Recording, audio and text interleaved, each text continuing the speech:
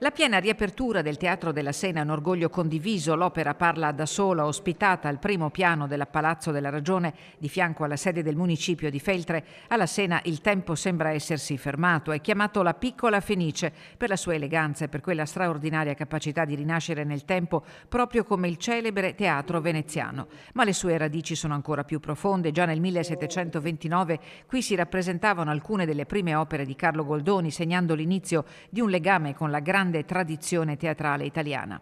Chiuso da quasi 100 anni, terminati i lavori di restauro che ha rispettato l'identità storica dello spazio, il Teatro della Sena è pronto ad accogliere una nuova stagione di spettacoli e a capienza piena. Un ringraziamento ovviamente a tutti coloro i quali hanno creduto in questo progetto che noi fin dall'inizio abbiamo portato avanti con molta determinazione. Noi siamo felicissimi di poterlo restituire a Feltre, ma non solo. Il sipario torna ad aprirsi grazie alla collaborazione tra il Comune di Feltre e il Teatro Stabile del Veneto. Questo teatro deve diventare un luogo di produzione, deve generare arte, teatro e cultura, e noi come Teatro Stabile del Veneto produciamo teatro, però ci siamo anche resi conto che questo teatro deve rientrare all'interno di una filiera teatrale, quella regionale veneta, che è molto importante. Con Artevenne si è perciò lavorato e si è deciso di lanciare da Feltre la quarta edizione di un avviso pubblico, scadenza il prossimo 7 maggio, destinato alle compagnie professionali del Veneto che dovranno impegnarsi a creare spettacoli